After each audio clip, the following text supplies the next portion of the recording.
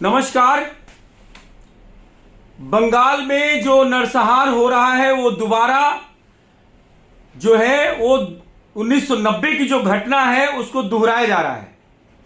और उस समय की जो घटना है, जो द कश्मीर फाइल आप देख रहे हैं एक मूवी के रूप में, जो उस समय की आज एक आंदोलन का रूप ले चुका है द कश्मीर फाइल, उसी तरीके से आज बंगाल में घटना हो रहा है। जितने भी सेकुलर टाइप हरामखोर हैं उनको ये बताना चाहता हूं कि लाइव देखना है तो देख लो कि किस तरीके से बंगाल के अंदर ममता बनर्जी का सरकार है और उस सरकार में एक घर में एक नॉर्मल सामान्य फैमिली जो हिंदू फैमिली होती है वो बंद करके जला दिया जाता है, जिसमें महिलाएं भी होती हैं, बच्चे भी होते हैं, बुजुर्ग भी होते हैं।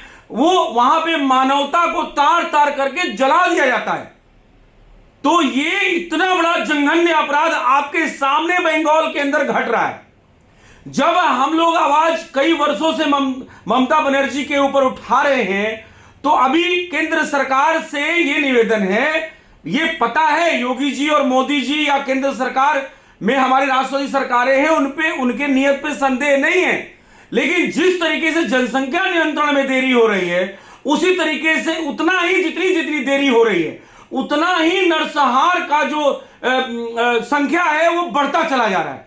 आज आप बंगाल के अंदर देखिए लाइव किस तरीके से घर बंद करके और हिंदुओं को जलाया गया, जबकि एक टीएमसी के विधायक पे किसी ने हमला किया था।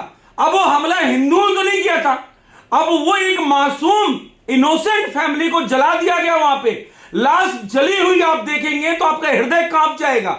ये कब तक हम लोग इस तरीके से बात करते रहेंगे? ऐसा ना हो कि जिस तरीके से 1990 के अंदर जब कश्मीर का घटना घटा था 19 जनवरी को, तो उस समय एक गठबंधन की कुछ दिन पहले सरकार बनी थी जिसमें भारतीय जनता पार्टी के कुछ 2-4 सांसद शायद थे, लेकिन आज पूरा जो विपक्ष है वो पूरा ब्लेम भारतीय जनता पार्टी में लगा रहा है कि आपने एक्शन क्यों नहीं लिया, आपकी सरकार थी। जबकि वो बीपी सिंह की सरकार थी और गठबंधन में एक दो सांसद ने समर्थन दिया था। अब और जबकि वो पूरा रणनीति जो वहां का फारूक अब्दुल्ला, उमर अब्दुल्ला, ये जितने भी आक्रांता हैं या महमूदा मुफ्ती, यासीन मलिक और जितने भी मतलब ये विधर्मी हैं, उनका रणनीति था कि वहां से एक ही आवाज मस्जिदों से आ रही थी कि जो हिंदू यहां से जाना चाहे चला जाए और जो अगर नहीं जाता है तो अपनी पत्नियों को छोड़ के जाए, अपनी बेटियों को छोड़ के जाए और वो चला जाए, और नहीं तो मरने के लिए तैयार रहे। और लाइन से खड़ा करके गोलियों से AK-47 AK-56 से भूंस दिया गया है। ये बिल्कुल हकीकत और रियल स्टोरी है जो द कश्मीर फाइल में दिखाया है। आज द कश्मीर फाइल पे अखिलेश यादव कहते हैं कि द लखीमपुर फाइल बननी चाहिए।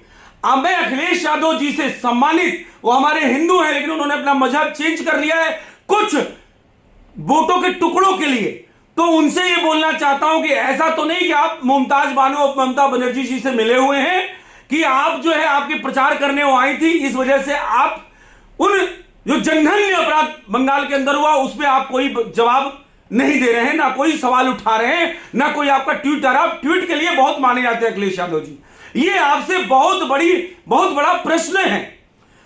कुल मिलाकर यह है कि ना राहुल गांधी का ट्वीट आया, ना ही सोनिया गांधी का ट्वीट आया, ना प्रियंका गांधी का ट्वीट आया, ना उस नचनिए का जो नौटंकीबाज राजभर का ट्वीट आया, ना वो भगौड़े का स्वामी प्रसाद मौर्य का कोई ट्वीट आया, ना उस पर कोई वक्तव्य आया, ना जितने भी विधर्मी हैं किसी का भी कोई वक्तव्य नहीं आ रहा है, बशर्ते जो राष्ट्रवादी सरकारें हैं उस पर आवाज दे रही हैं। और चूंकि शपथ ग्रहण और तमाम राजनीतिक अभी चुनाव हुए हैं तो केंद्र उसमें जरूर व्यस्त हो सकता है, लेकिन उस व्यस्तता से निकाल के अपने हिंदू काटे जा रहे हैं, मारे जा रहे हैं, इसमें बहुत जल्दी से एक्शन लेने की जरूरत है।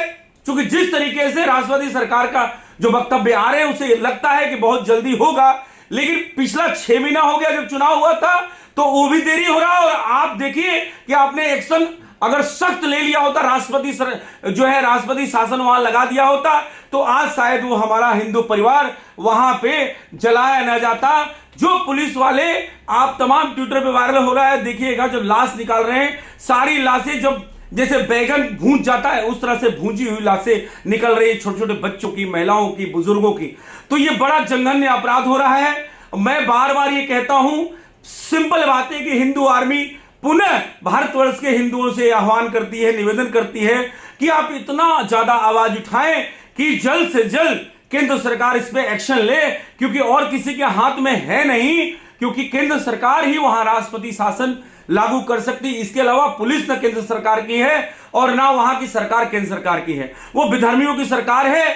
मुमताज बानो और ममता बनर्जी जी वहां पे विराजमान हैं। उन्होंने ठान रखा है कि हमें जिस तरीके से बांग्लादेश बना था उस तरह से पश्चिम बंगाल को भी हमें अलग देश बनाना है, और कुल मिलाकर रोहिंग्या घुसपैठियों को घुसाकर, वोटर कार्ड बनाकर, अपना वोट बढ़ाकर, सरकार बनाकर, उसी तरीके से वो बिल्कुल जो है सोच उनका सक्रिय हो रहा है और सकारात्मक हो रहा है। और कुल मिला के ये है, चूंकि वो बनारस आई थी, उनको बनारस में लतिया के भगा दिया गया, नहीं टिकने दिया गया, लेकिन बंगाल भी अपना ही पार्ट है, अखंड भारत का हिस्सा है। ऐसा न हो कि एक और बंगाल बन जाए और अलग देश बन जाए। और इस तरीके से, जिस तरीके से कश्मीर में नरसंहार हुआ था, आज लाइव चल रहा। हम लोग अभी द कश्मीर फाइल आई थी, उसमें वक्तव्य देते थे, हमारे फाउंडर जी वक्तव्य देते थे कि आप 30 साल बाद, 30 साल पहले की कहानी ये 10 कश्मीर फाइल है, आप 15 साल बाद इन विधर्मियों को देखोगे कि हर देश से ये आवाज आएगी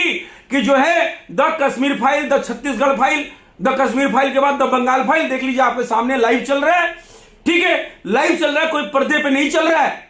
और फिर 15 साल बाद कोई सिनेमा बनाएगा तो आप कहेंगे कि उस समय की सरकार क्या कर रही थी। तो ये बात सत्य है कि वहां विधर्मियों की सरकार है, लेकिन केंद्र सरकार के हाथ में एक चीज है जो वो कर सकती है, वो है राष्ट्रपति शासन।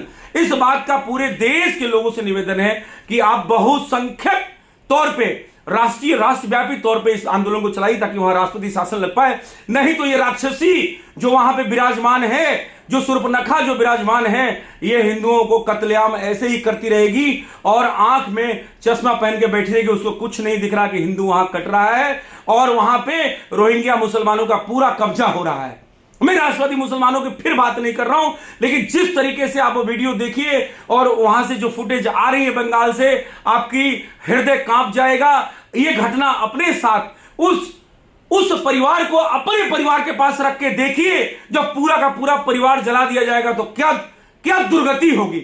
मैं यही कहना चाहता हूं और यही निवेदन करना चाहता हूं कि मैं बहुत व्यथित हूं, पूरा हिंदू आर्मी व्यथित है, लेकिन हिंदू आर्मी अपने काम पे लग गई है। जैसा कि विधर्मियों के पीछे हम काम करते हैं, राष्ट्रव्यापी आंदोलन चलाने की जरूरत है और वहां पे राष्ट्रपति शासन लगाने की जरूरत है। ममता बनर्जी को लात मार के उस कुर्सी से भगाने की जरूरत है।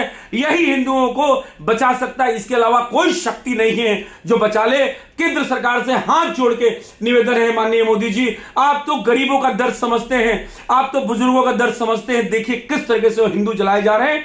ये निवेदन हिंदू आर्मी आपसे कर रही है, हमारे 3.5 लाख कार्यकर्ता कर रहे हैं, 110 करोड़ हिंदू आपसे कर रहे हैं।